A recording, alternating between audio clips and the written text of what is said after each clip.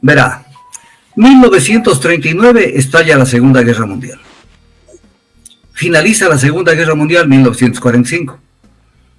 ¿Cuándo entran en la guerra realmente los aliados? A ver, vamos en orden.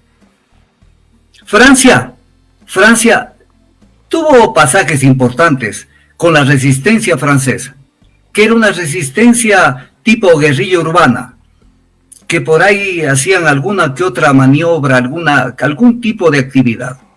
Pero Francia, en el fondo, les guste o no les guste, Francia, cuando Hitler decidió invadir Francia, lo único que hicieron es mirar para otro lado y que entre nomás papá Hitler.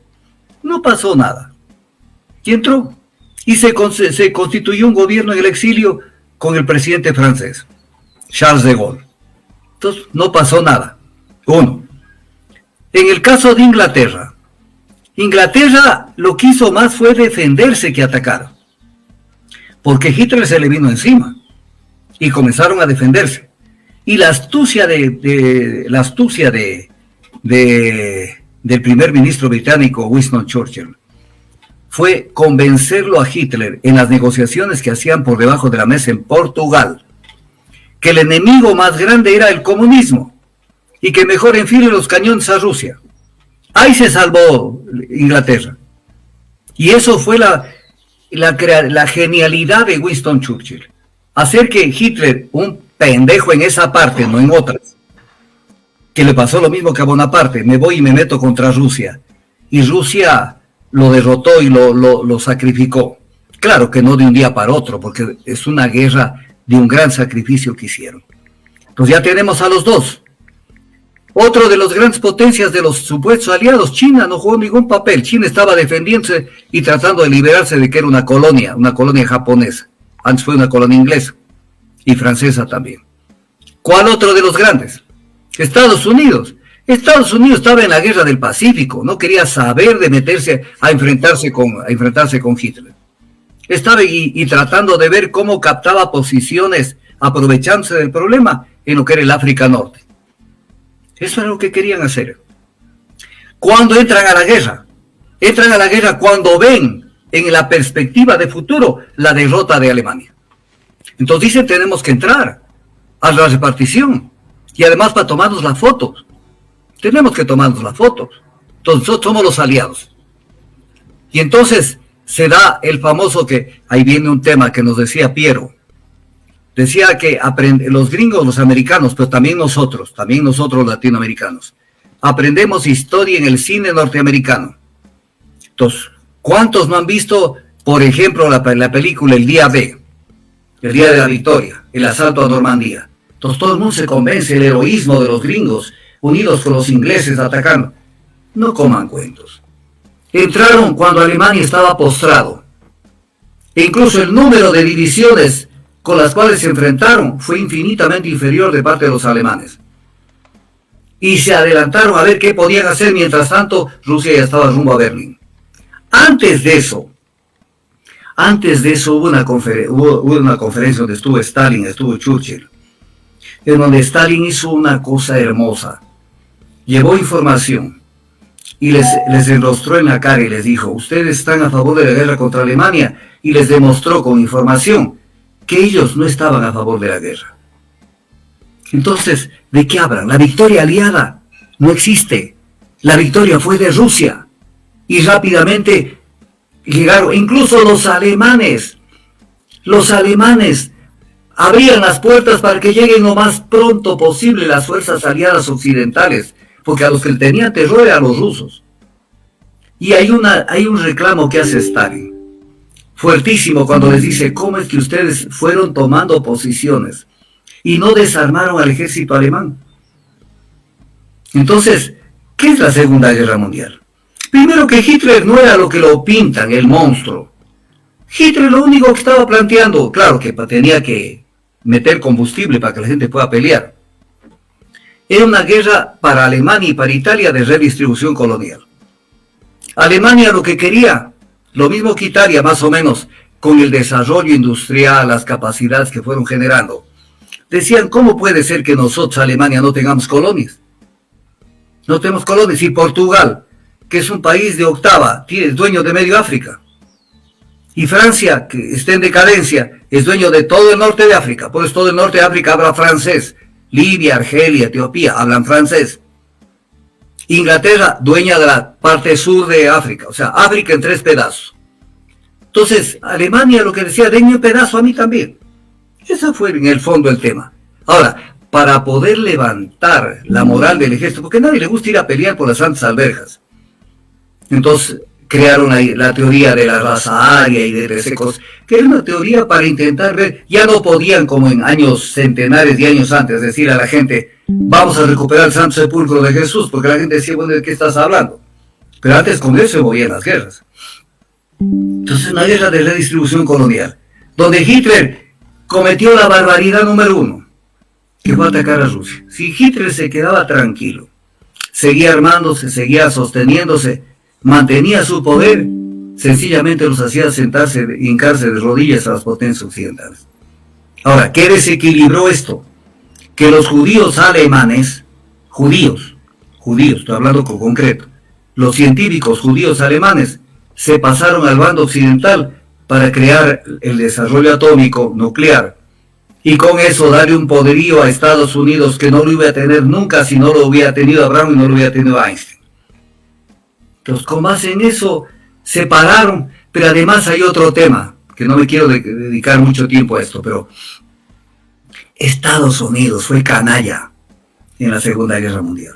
Y voy a explicar por qué. Porque Inglaterra, su mamá, ¿por qué digo su mamá? Porque Inglaterra fue la que colonizó Estados Unidos, la que les dio el idioma, la que mandó a la gente que poble Estados Unidos. Estados Unidos es poblado inicialmente por irlandeses, escoceses e inglés. Y sucede que a la mamá, cuando la mamá sentía los bombardeos en Londres, que le estallaban hasta las orejas, Estados Unidos les cambiaba la ayuda, les decía, yo te puedo ayudar, pero dame patentes industriales, cédeme patentes industriales, yo te ayudo económicamente, militarmente. Eso fue Estados Unidos, chantajista en medio de semejante crisis. Y Inglaterra tuvo que cederle patentes, y eso explica cómo pasada la Segunda Guerra Mundial, Estados Unidos despegó industrialmente. Entonces, hay que entender las cosas como son, sin desintonizarse con la realidad. Y una cosa que es terrible, y esto es un consejo a la gente, si no quieren aceptar, desde luego, que a mí vale un comino si la gente me oye, me escucha, no me escucha, que es lo siguiente, o sea, ustedes aprenden de todo a través de los medios de comunicación. Antes a través del cine, ahora a través de los medios de comunicación. Por ejemplo, si yo me reuniría con 100 personas para tomarles una lección sobre qué está pasando en el tema del Papa, de los 100, por lo menos 90 y pico sacan mala letra, no entienden nada de nada.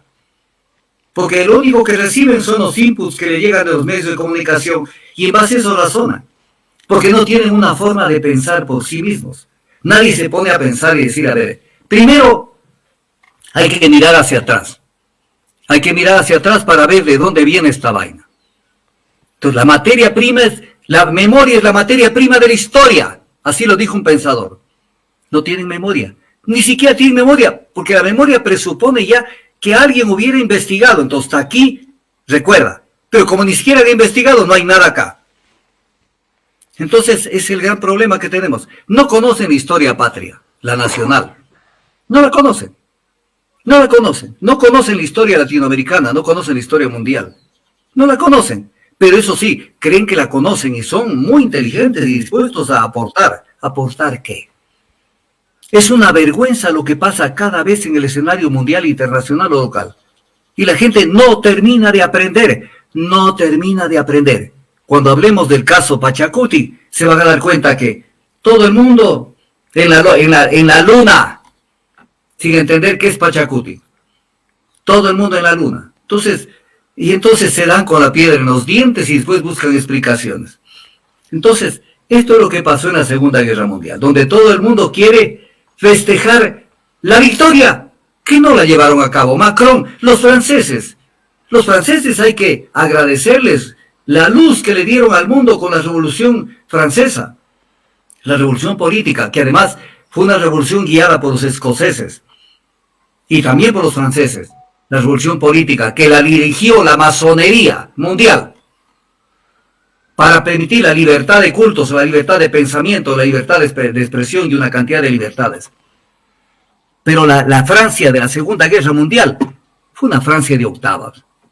Fue una Francia que no tuvo ninguna trascendencia en ese tema. Entonces, Macron ya dispuesto y estuvo reunido con Daniel Noboa, intercambiaron palabras sobre la Segunda Guerra Mundial. ¿Qué sabe Noboa de la Segunda Guerra Mundial? ¿Qué sabe? No saben absolutamente nada. ¿Acaso que las cosas... Y aquí viene un tema, verá. Aquí viene una cuña. Cuando yo hablo de muchos temas, y tóqueme usted el tema que le dé la gana, mi querido Orlando. Hablo de muchos temas, la gente a veces me manda un mensajito de esta manera. Doctor Tandazo, ¿será que me puedes recomendar un librito que pueda leer? Toda la gente cree que yo tengo aquí en la cabeza un librito. Uno. No tengo ni 2, ni 3, ni 4. Para poderte entender lo que pasa en tu entorno, en la realidad tuya, en el conocimiento de ti mismo incluso, necesitas leer centenares de libros, miles de libros, cotejarlos, controvertirlos, analizarlos, para poder entender algo, no solamente coger y leer lo que dicen del un lado, del otro, de todo, ver el bosque. Entonces, doctor Tandazo, ¿será que me puede recomendar un librito? Esa gente lo que me está diciendo es que el doctor Tandazo tiene un librito en la cabeza. No tiene más que un librito. Qué fácil. Pero mientras tanto, ya estamos, ¿qué día estamos? Pregunta de los que me están escuchando. Ya estamos 9 de mayo.